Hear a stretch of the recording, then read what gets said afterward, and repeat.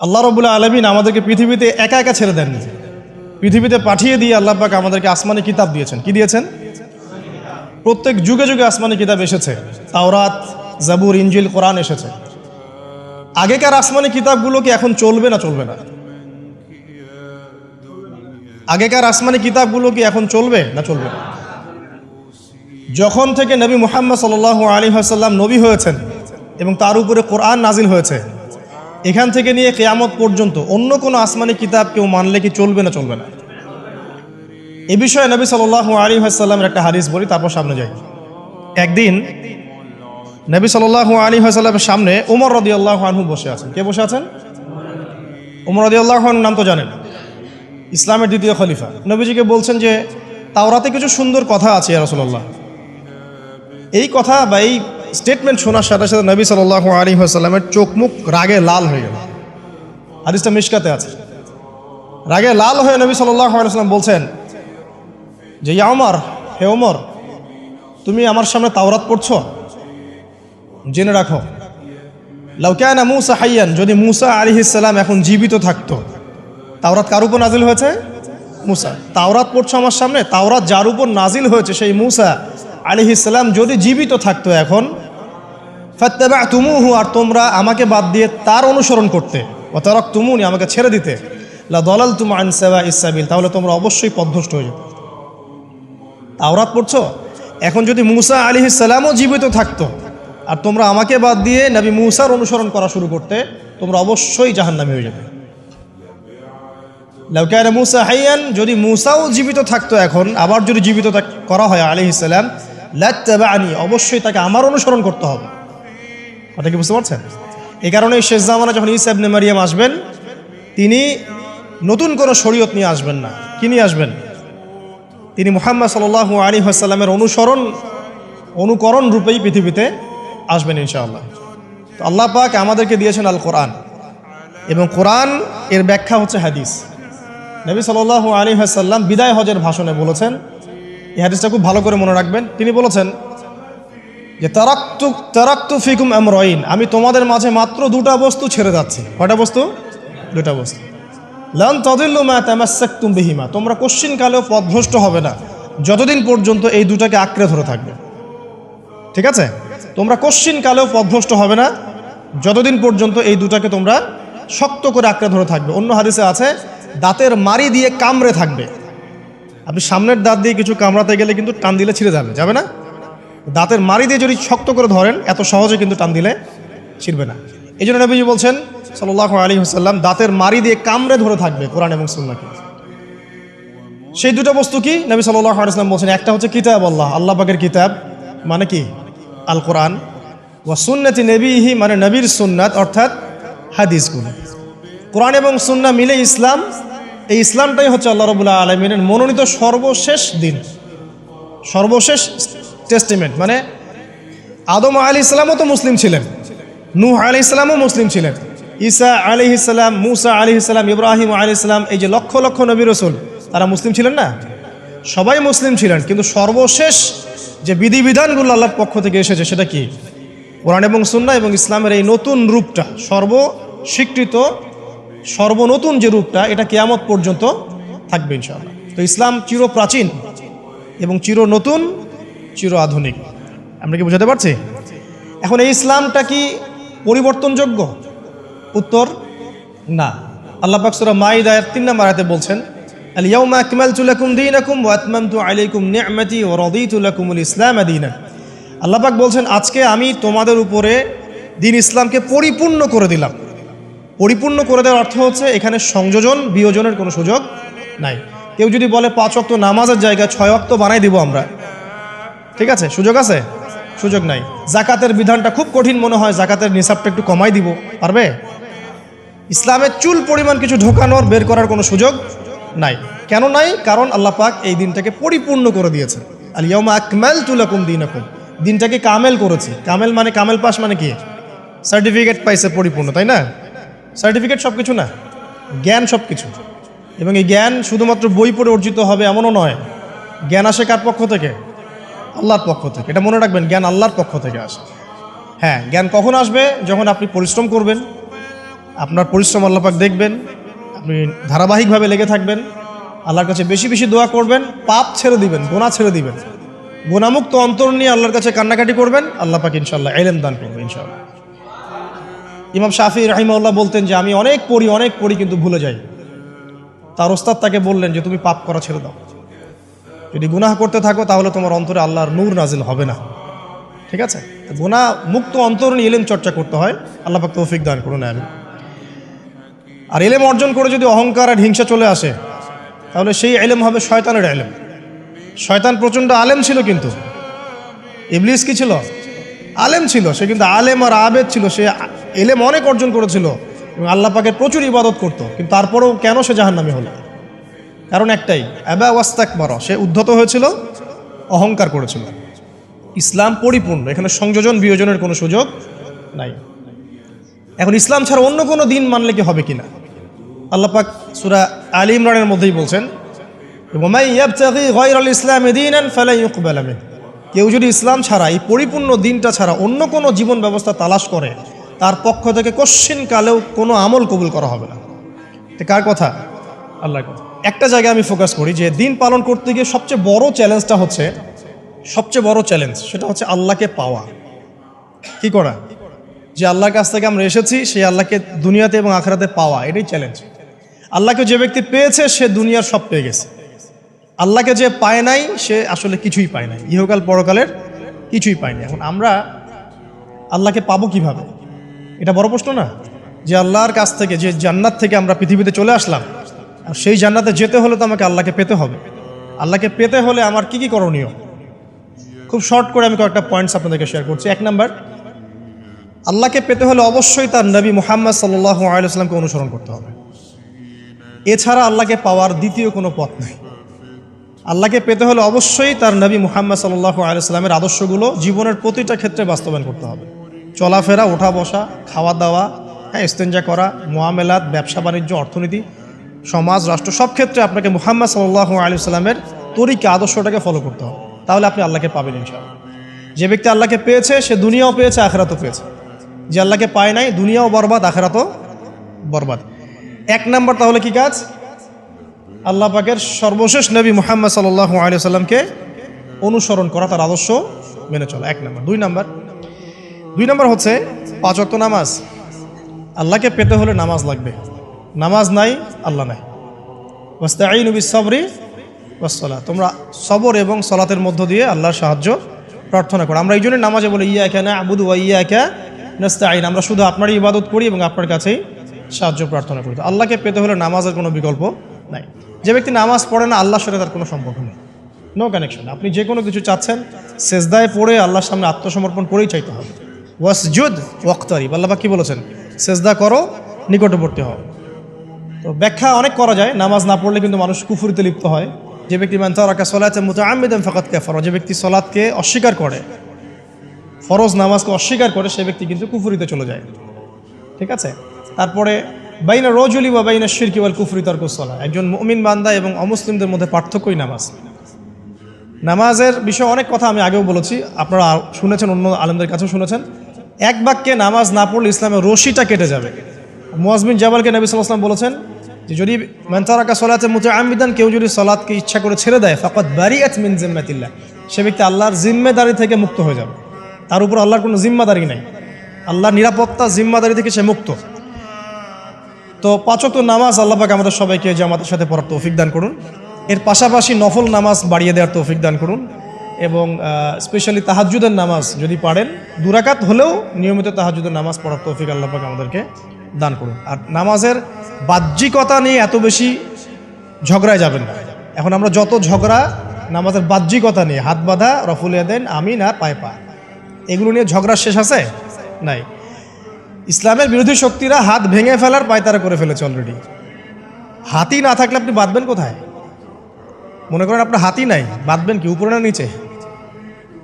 এই হাত তো ভেঙে ফেলার পায়তারা করা হয়েছে। এখন আপনি পড়ে আছেন বাঁধার কোন জায়গায় বাঁধবেন সেটা নিয়ে, অথচ পুরো বৈশ্বিক চক্রান্ত মুসলিমদের বিরুদ্ধে হাতটাই ভেঙে ফেলে দিবে। তুই বাঁধবি কোথায় হাত? তারপর দেখব। এটা আমরা বুঝতে পারি না। এটা বোঝার জন্য যে জ্ঞান, ইলম, নূর দরকার তা তো নাই আমাদের মধ্যে। এই জন্য আপোষের ঝগড়া নিয়ে পড়ে আছে। যে ছোটোখাটো যে ইখতিলাফি মাসআলাগুলো চলে আসছে দীর্ঘদিন থেকে, এগুলোর কোনো সমাধানে আসতে পারবে না কিন্তু কেউ। পক্ষে বিপক্ষে কথা চলতেই থাকবে কিয়ামত পর্যন্ত, ওইগুলো নিয়ে আমরা ব্যস্ত আছি। তো আমি রিকোয়েস্ট করব নামাজের আধ্যাত্মিকত্বের দিকে ফোকাস করেন। নামাজের আধ্যাত্মিকত্ব কি? আপনি আল্লাহর সামনে দাঁড়িয়েছেন, দুনিয়ার সাথে এখন আপনার কোনো সম্পর্ক নেই, আপনি এবং আল্লাহ, মাঝখানে কিছু নাই। নামাজে যা পড়ছেন সূরা ফাতিহা, অন্যান্য সূরা, রুকু, তাসবিহ, সিজদা, তাশাহুদ, দরুদ, অর্থ বোঝার চেষ্টা করেন এবং অর্থের দিকে ফোকাস করেন, আল্লাহকে পাবেন ইনশাআল্লাহ। সিজদায় রুকুতে যখন যাচ্ছেন আপনি চিন্তা করেন যে আপনি মহাবিশ্বের মহা শক্তিধর আল্লাহ রাব্বুল আলামিনের সামনে মাথা নত করেছেন। আপনি চিন্তা করেন যে আল্লাহ আপনাকে দেখছেন। এখন যখনই মানুষ নামাজে দাঁড়ায় আল্লাহ পাক তার দিকে দৃষ্টি নিবদ্ধ করেন, এবং যখন মানুষ এদিক ওদিক তাকানো শুরু করে নামাজে, আল্লাহ পাক মুখ ঘুরিয়ে নেন। হ্যাঁ, নামাজে ওই যে আমরা যে ডিজিটাল নামাজ পড়ি না, এখন ডিজিটাল মানে 4 রাকাত নামাজ 4 মিনিটে শেষ। এক রুকু করলে সেজদা পাওয়া যায় না, সেজদার তাসবিহ পড়লে আবার এদিকে দেখা যায় যে দ্বিতীয় সেজদায় চলে গেছে অলরেডি ওঠার আগেই। অনেক ক্ষেত্রে ইমাম সাহেবরাও খুব দ্রুত নামাজ পড়ান, অনেক দ্রুত পড়ান। এত দ্রুত নামাজ পড়াবেন কেন? নামাজ জামাতে পড়লে সংক্ষিপ্ত করতে বলা হয়েছে, কিন্তু এত দ্রুত তো পড়তে বলা হয়নি। এখনও দেখবেন মক্কা মদিনায় গিয়ে নামাজ দেখবেন, মাশাআল্লাহ, নামাজটা তাদের মাশাআল্লাহ এটার প্রশংসা না করলে হকাদায় হবে। নামাজটা অসাধারণ, ধীর স্থিরভাবে। ফজরের নামাজ 20 মিনিট, 15 মিনিট, 20 মিনিট পড়াচ্ছে নামাজ, রিল্যাক্স। নামাজে দাঁড়ালে চমৎকার তেলাওয়াত হচ্ছে, আপনি ভুলে যাচ্ছেন নিজেকে। তেলাওয়াত হবে চমৎকার, এবং সবচেয়ে ভালো যিনি তেলাওয়াত করতে পারেন তাকে নামাজে দিতে হবে। রিল্যাক্সে নামাজ পড়বে। ক্ষেত্র বিশেষে আপনি শর্ট করতে পারেন, কিন্তু সবসময় কেন আমরা 4 রাকাত নামাজ 3 মিনিটে শেষ করে দিব? আবার নামাজের পর দোয়াটা হবে লম্বা, অথচ নামাজটাই ছিল দোয়া, নামাজটাই কিন্তু দোয়া। এখন সেজদায় আমরা যদি কান্নাকাটি করতে না শিখি, আল্লাহর সামনে আমি মাথা নত করেছি, এখানে নিজের মনের যত আবেগ, আকুতি, দোয়া, এগুলো আল্লাহর সামনে ঢেলে না দিতে পারি, এই দোয়া কালাম না শিখি, তাহলে তো নামাজের আধ্যাত্মিকত্ব অর্জন হলো না। সাহাবীরা কেমন করে নামাজ পড়তেন যে নামাজ পড়ার পরেও তাদের গা থেকে তীর বের করা যায়? কিভাবে তারা নামাজ পড়তেন? তাহলে নবী সাল্লাল্লাহু আলাইহি ওয়াসাল্লাম কিভাবে নামাজ পড়তেন যে নামাজ পড়ার ফলে তার পা মোবারক ফুলে যাইত? 1 রাকাতে তিনি 4 পারা কোরআন তেলাওয়াত করতে পারলেন কিভাবে? তো তাদের নামাজ আর আমাদের নামাজ, আল্লাহ রাব্বুল আলামিন তার রাসূলের মাধ্যমে একটা হাদিসে জানিয়েছেন যে এমনও অনেক নামাজি আছে, নাউযুবিল্লাহ, আল্লাহ পাক আমাদেরকে তাদের অন্তর্ভুক্ত না করুন, যে নামাজ পড়ার পরে আল্লাহ রাব্বুল আলামিন এই নামাজটাকে ওই নামাজের মুখের উপর নিক্ষেপ করে দেয়। তোমার নামাজের আমার কোনো দরকার নেই। আল্লাহ পাক আমাদেরকে হেফাজত করুন। ধীর স্থিরভাবে পড়েন, রিল্যাক্সে, তাড়াহুড়ার কিচ্ছু নাই। ওয়া খালাকতুল জিন্না ওয়াল ইনসা ইল্লা লিয়াবুদুন, শুধুমাত্র আল্লাহর ইবাদত করার জন্যই তো পৃথিবীতে এসেছি। হোক না দোকানটা 5টা মিনিট পরে খুললে কি হবে? হ্যাঁ, জমিতে যান, জমিতে আধা ঘন্টা পরে গেলে কি হবে? যে আল্লাহ পাক আপনাকে বাঁচিয়ে রাখতে পারেন, সে আল্লাহ পাক আল্লাহর পথে সময় দিলে আপনাকে অফুরন্ত রিজিকও তো দিতে পারেন না? আপনি আল্লাহর হয়ে যান, বাকি সব আল্লাহ আপনার দায়িত্ব নিয়ে নেবেন ইনশাআল্লাহ। আপনি নিজে আল্লাহর হয়ে যান, আপনার সব কিছু দায়িত্ব কে নিয়ে নেবে? আল্লাহ নিয়ে নেবে। আল্লাহ পাক আমাদেরকে ধীর স্থিরভাবে আধ্যাত্মিকত্ব অর্জন করে নামাজ পড়ার তৌফিক দান করুন, আমিন। তো দেখুন, আল্লাহকে পাওয়ার সবচেয়ে সেরা মাধ্যম কি? নামাজ। তার আগে বলেছি নবী সাল্লাল্লাহু আলাইহি ওয়াসাল্লামের অনুসরণ। আল্লাহকে পাওয়ার তৃতীয় একটা মাধ্যম বলে দিই আমি, সওম বা রোজা রাখা। অল্প সময় ঘুরিয়ে নিচ্ছি, সওম বা রোজা রাখা।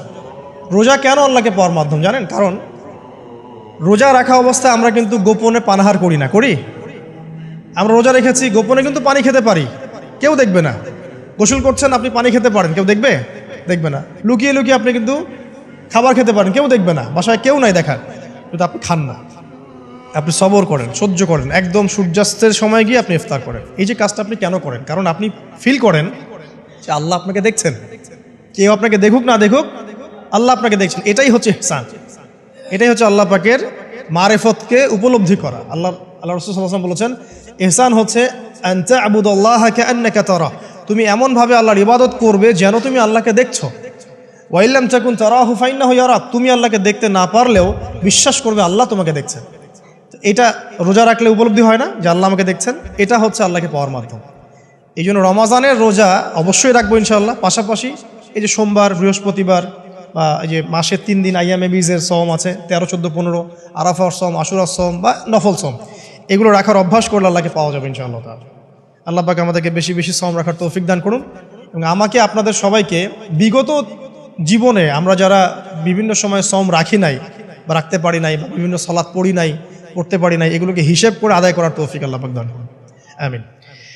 4 নম্বর একটা মাধ্যম বলে দিই আল্লাহকে পাওয়ার, সেটা হলো তিলাওয়াতে কোরআন। কোরআন তেলাওয়াত যে যত বেশি করবে, অর্থ উপলব্ধি করে পড়বে, সে আল্লাহ পাককে চাক্ষুষ পাবে ইনশাআল্লাহ। মানে আল্লাহ রাব্বুল আলামিন একটা চিঠি দিয়েছেন, মনে করেন আপনাকে, আপনার একজন কথার কথা এক্সাম্পল দিচ্ছি, যে আপনার কোনো একজন বন্ধু আছে অনেক দূরের কোনো দেশে, তা আপনি তাকে দেখেনও নাই, আপনি তাকে চিনেনও, মানে আপনি তার চেহারা দেখেন নাই, তাকে চিনেন না, তার সাথে যোগাযোগের মাধ্যম হচ্ছে আপনার চিঠি বা মেসেজ, ঠিক আছে? এখন সে আপনাকে কিছু মেসেজ পাঠালো, এই মেসেজের মধ্যে সে কিছু ইনস্ট্রাকশন দিয়েছে যে এইগুলো করতে হবে, এগুলো করতে হবে, বা আপনার প্রতি ভালোবাসার ইজহার করছে। মানে এই মেসেজটা যদি আপনি পড়তে পারেন, তাহলে আপনি আপনার বন্ধুর সাথে একটা কানেকশন তৈরি করলেন না? বুঝতে পারছি না? আচ্ছা, এখন সমস্যা হচ্ছে কি, আমরা ওই মেসেজটা পড়তেই পারি না, আমরা তো কোরআনটা পড়তেই জানি না, তাহলে মেসেজটা পাবো কিভাবে? আর যারা পড়তে জানি সেই ভাষাটা বুঝি না। এখন ওই বন্ধু মনে করেন চিঠি লিখেছে বাংলা ভাষায়, আর আপনি বাংলা পড়তে জানেন না, তাহলে কি পারবেন উপলব্ধি করতে তার মনের ভাব, সেই বন্ধুর আবেগ, ভালোবাসা, প্রেম আপনি কি উপলব্ধি করতে পারবেন? লিখেছে সে উর্দু দিয়ে বা ইংরেজিতে, আপনি ইংরেজি বোঝেন না, ইংরেজি লিখতে পারেন না, তাহলে কি আপনি তার চিঠি বুঝতে পারবেন? এখন আমরা যেহেতু আরবি বুঝি না, এই কারণে কোরআনের মধ্যে কি বলেছেন আল্লাহ রাব্বুল আলামিন আমরা উপলব্ধি করতে পারছি। আমি কি বুঝাতে পারছি? তো কোরআন শুধুমাত্র তিলাওয়াত করা যথেষ্ট নয়। তিলাওয়াত করলে আপনি প্রত্যেক হরফে 10 টাকা পাবেন, কোনো সমস্যা নাই, কিন্তু ওই মেসেজটাকে উপলব্ধি করতে হলে আপনার অর্থটা জানতে হবে। অর্থ জানলে পরে আপনি দেখবেন আল্লাহকে আপনি চাক্ষুষ সামনে পাচ্ছেন ইনশাআল্লাহ। আপনি হতাশ হয়েছেন, হতাশা দূর করার জন্য সূরা আছে কোরআন। বিপদে পড়েছেন, বিপদ দূর করার সূরা আছে কোরআন। আপনার রিজিকের সমস্যা কাটানোর সূরা কোরআনে আছে। কোনো হাজতের প্রয়োজন, সূরা ইয়াসিন, হাজতের সূরা চলে আসে। অসুস্থ হয়েছেন, শেফার সূরা কোরআনে আছে। বা কাউকে জিন টোনা করা হয়েছে, বানটোনা করা হয়েছে, ওর শেফাও কোরআনে আছে। এমন কোনো বিষয় নাই যেটা আল্লাহ রাব্বুল আলামিন কোরআনের মধ্যে নাজিল করেন নাই। ব্যবসা করতে চান, কোরআন কথা বলবে, ঠিক আছে? আপনি সামাজিক বিষয়ে ডিল করতে চান, সূরা হুজুরাত কথা বলবে। আপনি ইতিহাস ভালোবাসেন, কোরআনে ইতিহাস দিয়ে ভর্তি করা আছে। আপনি কাব্য ভালোবাসেন, কবিতা পড়তে ভালোবাসেন, কোরআনের মধ্যে কবিতা দিয়েও ভর্তি আছে। আর রহমান আল্লামাল কোরআন খালাকাল ইনসান, এখানে ছন্দ আছে না? প্রত্যেকটা ছন্দ, ওয়ান নাজমি ইযা হাওয়া মা দাল্লা সাহিবুকুম ওয়া মা গাওয়া ওয়া মা ইয়ানতিকু আনিল হাওয়া, ছন্দ আছে না? আপনি উপন্যাস ভালোবাসেন, কোরআনে অনেক উপন্যাস আছে, যা চান তাই পাবেন কোরআনে। এক কথায় আপনি আল্লাহকে পাবেন কোরআনের মধ্য দিয়ে। কোরআনের সাথে যার সম্পর্ক যত বেশি, আল্লাহর মারেফত সে তত বেশি পাবে ইনশাআল্লাহু আজ্জা ওয়া জাল। 4টা বলেছি না? 5 নম্বর হচ্ছে হজ ওমরা করা। হজ ওমরা আল্লাহ পাক আমাদের সবাইকে বেশি বেশি করার তৌফিক দেখ। হজ এবং ওমরা এমন কিছু কাজ আছে যে কাজগুলো সরাসরি আপনার সাথে আল্লাহ পাকে কানেকশন করা হবে। আরাফার মাঠে যাবেন, ওই মাঠে কি কিয়ামত হবে না? আল্লাহকে চিনতে পারবেন এখানেই। তারপরে যে সাই করেন না, সাফা মারওয়া সাই করে, ওখানে গেলে আপনি বুঝতে পারবেন যে কিভাবে ইসমাইল আলাইহিস সালামকে পানি দেওয়ার জন্য তার মা হাজরা এখানে দৌড়াদৌড়ি করেছে। বাইতুল্লাহ দেখবেন, আপনি চিনবেন যে আল্লাহর তাওহীদ কি জিনিস। চোখে দেখার সাথে সাথে আপনার ভিতরে এমন একটা ফিলিংস আসবে যেটা ভাষায় প্রকাশ করা যাবে না। চোখে দেখার সাথে সাথে এমন একটা ফিলিংস আসবে, আপনাকে আমি এটা ভাষায় প্রকাশ করে বোঝাতে পারবো না। আপনি জানবেন ইব্রাহিম আলাইহিস সালাম এবং তার ছেলে ইসমাইল আলাইহিস সালাম বাপ বেটা মিলে রাজমিস্ত্রির কাজ করেছে। এটা আপনি জামজাম কূপ দেখবেন, পানি পান করবেন, আল্লাহকে চিনতে পারবেন যে এই কূপ তো অলৌকিক, এই কূপের মতো কূপ নাই পৃথিবীতে, এর পানি কখনো শেষ হয় না, এবং এই পানি খেয়ে মানুষ বেঁচে থাকতে পারে, খাবারের দরকার হবে না। দীর্ঘদিন পর্যন্ত এই পানি খেয়ে মানুষ বেঁচে থাকতে পারবে, খাবারের প্রয়োজন হয় না। তো এই পানির মধ্যে এমন কিছু উপাদান আছে যেটা মানুষের শরীরের রোগগুলোকে শেফা দিয়ে দিবে ইনশাআল্লাহ তাআলা আল্লাহর হুকুমে। তো প্রত্যেকটা কাজে রাসূল সাল্লাল্লাহু আলাইহি ওয়াসাল্লাম শহরে গেছেন মদিনায়, ওই মদিনার বাতাসটা আপনাকে বলে দিবে যেটা এটা একটা অন্যরকম শহর, ঠিক আছে? রাসূল সাল্লাল্লাহু আলাইহি ওয়াসাল্লামের রওজায় যাবেন, সামনে দাঁড়াবেন, আপনি আল্লাহকে চিনতে পারবেন। আপনি আর পৃথিবীতে থাকবেন না, অন্য জগতে চলে যাবেন। ওই যে বাকিউল গারকাত আছে, সাহাবীদের কবরস্থান জান্নাতুল বাকি, ওখানে ঢুকবেন, আপনার কাছে মনে হবে যে পৃথিবীটা আসলে কিছুই না। পৃথিবীর সবচেয়ে সেরা মানুষগুলো এই মাটির নিচে শুয়ে আছে, ওখানে আপনাকে খুবই তুচ্ছ মনে হবে তাদের সামনে। এই যে মানে বিভিন্ন জায়গায় গিয়ে আল্লাহকে চিনতে পাওয়া, এটা সবচেয়ে ভালো হয় হজ এবং উমরাতে গিয়ে। আল্লাহ পাক আমাদেরকে তৌফিক এনায়েত করুন, আমিন। তো এটা একটা আল্লাহকে পাওয়ার নিদর্শ। যাদের হজ ফরজ হয়ে গেছে অবশ্যই হজ করে ফেলবেন, আর যাদের সামর্থ্য আছে তারা বেশি বেশি উমরা করবেন। নবী সাল্লাল্লাহু আলাইহি ওয়াসাল্লাম বলেছেন, এক হজ পরের হজের মধ্যে যত গুনাহ মাফ করিয়ে দেয়, এক উমরা পরের উমরার মধ্যে যত গুনাহ সেগুলোকে মাফ করিয়ে দেয়। আল্লাহ পাক আমাদেরকে এই আমলগুলো করার তৌফিক এনায়েত করুন। 6 নাম্বার বলছি জিকির। আল্লাহ পাকের জিকির বাড়াতে হবে। যে আল্লাহ পাকের জিকির যত বেশি করবে সে আল্লাহ পাকের মারিফত তত বেশি উপলব্ধি করবে, আল্লাহকে পাবে ইনশাআল্লাহ। আর এই জিকির করার জন্যে অজুও শর্ত নয়, জানেন? আল্লাহর জিকির করার জন্য কিন্তু অজু শর্ত নয়। আপনি মনে মনে চলতে ফিরতে অলওয়েজ সুবহানাল্লাহ, আলহামদুলিল্লাহ, আল্লাহু আকবার, লা ইলাহা ইল্লাল্লাহ, আস্তাগফিরুল্লাহ পড়তেই থাকতে পারেন। কষ্টের কিছু আছে? খালি জবান চলবে, খালি জবান চলবে। মাঠে কাজ করছেন, ওই যে লাঙল দিয়ে কাজ করছেন, সেচ দিচ্ছেন, আপনি পড়তে থাকবেন আস্তাগফিরুল্লাহ ওয়া আতুবু ইলাইহি, লা হাওলা ওয়ালা কুওয়াতা ইল্লা বিল্লাহ, সুবহানাল্লাহ, আলহামদুলিল্লাহ, লা ইলাহা ইল্লাল্লাহ, আল্লাহু আকবার। কোনো সমস্যা? কোনো সমস্যা নেই। রান্না বান্না করছে মেয়েরা, এটা করতে করতে পড়তে পারবে না? গাড়ি ড্রাইভ করছেন, ড্রাইভ করতে করতে আপনি পড়তে পারবেন লা ইলাহা ইল্লাল্লাহ ওয়াহদাহু লা শারীকা লাহু, লাহুল মুলক ওয়া লাহুল হামদু ওয়া হুয়া আলা কুল্লি শাইইন কাদির। যে কোনো কাজ করতে করতেই ইল্লাল ইস্তিনজা, ইস্তিনজা বাদ দিয়ে। ইস্তিনজা কি জিনিস? প্রসাব পায়খানা। এই সময় এগুলো মুখ দিয়ে বলবেন না, দরকার নাই। আপনি এখানে এরপরে যে সময়গুলো আছে এগুলোতে আপনি জিকির বাড়াবেন। যে যত বেশি জিকির করবে তার কলব তত বেশি পরিচ্ছন্ন হবে। যার কলব যত পরিচ্ছন্ন, আল্লাহর নূর তার কলবে তত বেশি আসবে, সে আল্লাহ পাকে তত কাছে পাবে ইনশাআল্লাহু আযজা ওয়া জাল। 7 নাম্বার, দোয়া ইস্তেগফার বাড়িয়ে দেয়া। আল্লাহর কাছে বেশি বেশি দোয়া করতে হবে। দোয়া বাড়িয়ে দেন। দোয়ার জন্য হুজুর ডাকতে হবে না, দোয়ার জন্য আমাকে ডেকে বাসায় খাওয়ানোরও দরকার নেই আপনার। দোয়ার জন্য আপনি যথেষ্ট। নামাজে দাঁড়ান, নামাজে সেজদায় দোয়া করেন। নফল নামাজ পড়েন, নফল নামাজে সেজদায় দোয়া করেন। নামাজের পরে হাত তুলে দোয়া করেন প্রয়োজনে। নামাজে সালাম ফেরানোর আগে দোয়া করেন। যে কোনো ভালো কাজ করেছেন তারপর দোয়া করেন, ঠিক আছে? কোরআন তেলাওয়াত করলেন, দোয়া করেন। তাহাজ্জুদের ওয়াক্তে দোয়া করেন। বৃষ্টি পড়ছে তখন দোয়া করেন, ঠিক আছে? মানে দোয়া কবুলের মোমেন্ট, সময়গুলো, আজান হয়েছে, আজান ইকামতের মাঝখানে দোয়া করেন। এই যে এখন খুতবা হচ্ছে, এই সময় দোয়া করেন, দোয়া কবুল হবে। দিনই মসজিদে বসেছেন, দোয়া করেন, দোয়া করতে থাকেন মনে মনে। যত বেশি আপনি দোয়া করতে পারবেন আল্লাহর কাছে, ইনশাআল্লাহ আল্লাহকে আপনি তত কাছে পাবেন ইনশাআল্লাহ। এটা আল্লাহকে পাওয়ার অন্যতম মাধ্যম। এবং ইস্তেগফার, ইস্তেগফার মানে কি? তওবা করা। আস্তাগফিরুল্লাহাল্লাযী লা ইলাহা ইল্লা হুয়াল হাইয়ুল কাইয়ুম ওয়া আতুবু ইলাইহি। এটা বেশি বেশি পড়বেন। দিনে কমপক্ষে 70 বার বা 100 বার পড়ার চেষ্টা করবেন। আল্লাহ পাক তৌফিক দান করুন। কয়টা বলেছি ভাই? 7টা। আচ্ছা, 8 নাম্বার হচ্ছে সদকা করা। সদকা, দান সদাকা আল্লাহর কাছে খুব বেশি পছন্দের। দান সদকা করার জন্য সম্পদ লাগে না, আমার কথা শোনেন। দান সদকা করার জন্য সম্পদ লাগে না, কলিজা লাগে, মন লাগে। বহু বড় বড় মানুষ আছে দান সদকা করতে পারে না, কোটিপতি, জাকাত দেয় না, আছে না? আর বহু গরিব মানুষ ভ্যান চালায়, কৃষিকাজ করে, দেখবেন 100 টাকা দান করে দিল। মন থাকতে হয়, মন, কলিজা বড় থাকতে হয়। তো যাদের কলিজা বড়, মন বড়, তারা দান সদকা করতে পারবে ইনশাআল্লাহ। আর যার মন বড় সেখানেই তো আল্লাহ নূর আসবে। সংক্ষিপ্ত মনে কি, সংকীর্ণ মন আল্লাহ নূর কোত্থেকে আসবে? কথা বুঝতে পারে নাই? তো দান সদকা বাড়ান। আপনি 1 টাকা দান করেন, 5 টাকা দান করেন, হালাল রিজিক থেকে 1 টাকা দান করেন, সেটা আল্লাহর কাছে অনেক বেশি পছন্দের। একটা হাদিসে নবী সাল্লাল্লাহু আলাইহি ওয়াসাল্লাম বলেছেন, হালাল উপার্জন থেকে আল্লাহর বান্দারা যখন একটা খেজুরও দান করে, আল্লাহ পাক সেই একটা খেজুরকে আস্তে আস্তে বড় করতে থাকেন, বড় করতে থাকেন, বড় করতে থাকেন। এটা এক পর্যায়ে পাহাড়ের সমান হয়ে যায়। এবং কিয়ামতের মাঠে মানুষ তার দান এবং সাদাকার যে ছায়া, এই ছায়ার নিচে অবস্থান করবে। আপনার বিপদ হয়েছে, দান সদকা করেন, বিপদ দূর হয়ে যাবে ইনশাআল্লাহ। জটিল কোনো রোগ হয়েছে, কোনো ডাক্তার ট্রিটমেন্ট করতে পারছে না, সদকা করেন, রোগ ভালো হয়ে যেতে পারে ইনশাআল্লাহ।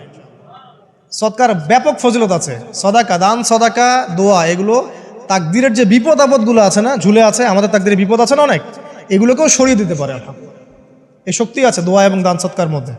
আল্লাহ পাক আমাদেরকে বেশি বেশি সদাকা করার তৌফিক দান করুন, আমিন। আর সদাকা নফল না করতে পারলেও কমপক্ষে ফরজ জাকাতটুকু দিবেন, ফরজ জাকাতটুকু দিবেন। কারণ জাকাত, সদকা এবং ব্যবসা, এগুলো হচ্ছে ইসলামিক অর্থনীতির মূল ভিত্তি, এর সাথে কৃষিকাজ। আর দুটো বলে শেষ করে দেই। 9 নম্বর হচ্ছে আমর বিল মারুফ এবং নাহি আনিল মুনকারের কাজ করা, মানে সৎ কাজের আদেশ করা, মানুষকে অসৎ কাজে নিষেধ করা। এই কাজটা যে যত বেশি করবে সে তত বড় ব্যবসায়ী। কারণ কি, আপনার দাওয়াতে, আপনার লেকচার শুনে, আপনার বই পড়ে, আপনার নসিহত শুনে যদি একটা মানুষও দিনের পথে ফিরে আসে, ওই একটা মানুষের সারা জীবনের যে নেক কাজ, এই সমস্ত নেক কাজের একটা অংশ আপনি পাবেন। আবার আপনি কাউকে অন্যায় থেকে বারণ করেছেন, আপনার দাওয়াত শুনে কেউ সিগারেট ছেড়ে দিয়েছে, মাদক ছেড়ে দিয়েছে, জেনা ছেড়ে দিয়েছে, পণ ছেড়ে দিয়েছে, বা হারাম সুদ ছেড়ে দিয়েছে, ওই মানুষটা এখন সারা জীবন যত ভালো কাজ করবে, এই পুরো ভালো কাজের একটা অংশ আপনি পাবেন ইনশাআল্লাহ। এর চেয়ে বড় কিন্তু কোনো ব্যবসা নাই। এই কাজটা করলে আল্লাহ পাকের রহমত নেমে আসে, আর এই কাজটা ছেড়ে দিলে আল্লাহ পাকের গজব নেমে আসবে। যখন মানুষ ন্যায়ের আদেশ এবং অন্যায় নিষেধ ছেড়ে দিবে, আল্লাহর গজব নেমে আসবে। আর মানুষ যত বেশি সৎ কাজে আদেশ করবে, অসৎ কাজে নিষেধ করবে, আল্লাহর রহমত তত কাছে আসবে ইনশাআল্লাহ। আল্লাহকে পাওয়া যাবে ইনশাআল্লাহ তাআলা। আল্লাহ পাক আমাদেরকে তৌফিক এনায়েত করুন। আর সর্বশেষ একটা বলে শেষ করে দেই, সেটা হলো যে আল্লাহর দিনের খেদমত করা বা দিনের কল্যাণে নিজেকে নিয়োজিত রাখা। আল্লাহর দিনের খেদমত করা বা দিনের কল্যাণে নিজেকে নিয়োজিত করলে আল্লাহ পাককে পাওয়া যাবে ইনশাআল্লাহ। এই পৃথিবীতে আল্লাহ পাকের সবচেয়ে গুরুত্বপূর্ণ জিনিসটা কি? নিয়ামতটা কি? আল্লাহর দিন না? এই দিন ছাড়া কি পৃথিবীতে আর কিছু আছে? একটা হাদিসে আসছে যে পুরো পৃথিবীটাই তো অভিশপ্ত। পুরো পৃথিবীটা কি?